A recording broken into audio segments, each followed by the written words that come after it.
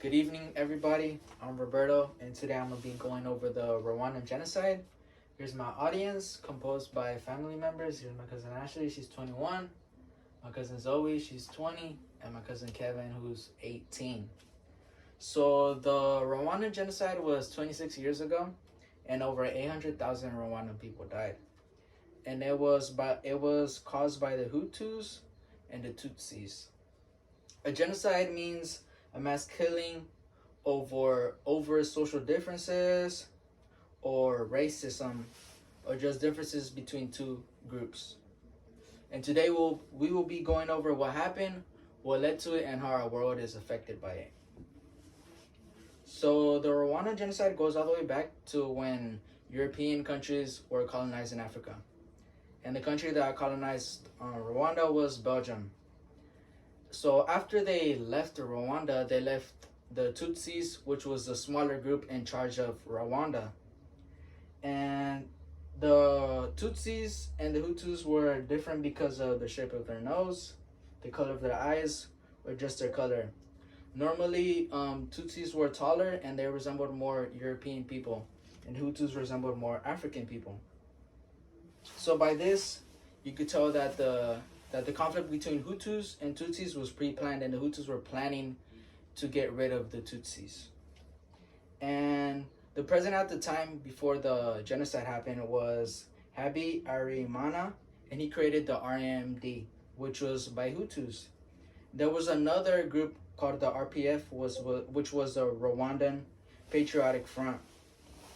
So what President Habyarimana wanted to do was promote peace, and Hutus didn't like that.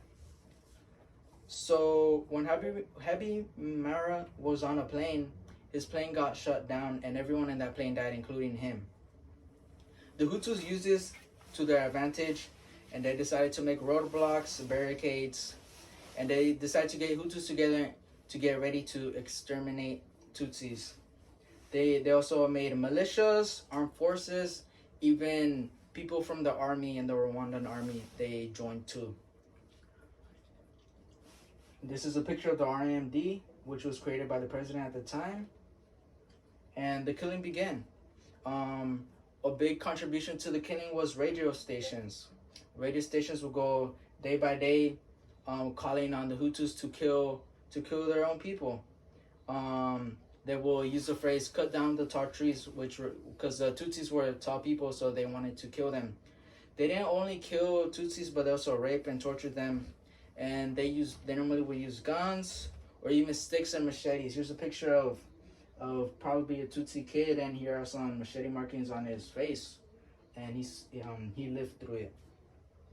Also, a big thing about the Rwandan genocide was that it was televised, so the whole world saw what was happening, and it just showed that even after World War II, which was the Holocaust towards the Jewish people, that something tragic can happen towards a group of people like the Rwandan genocide.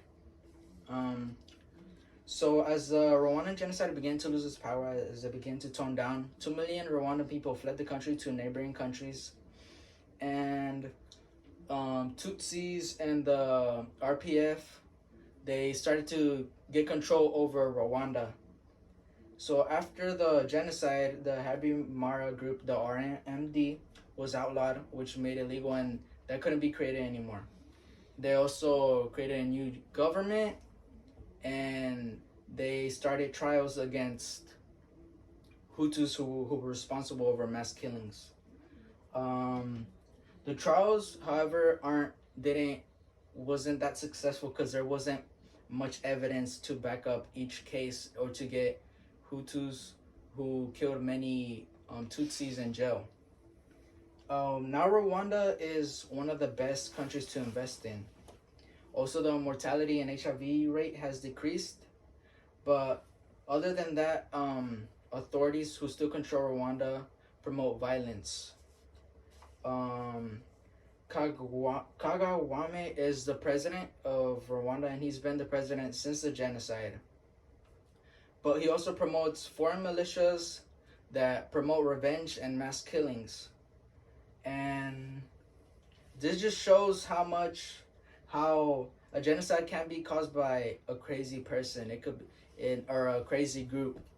anyone could start a genocide because of hate towards a group of people.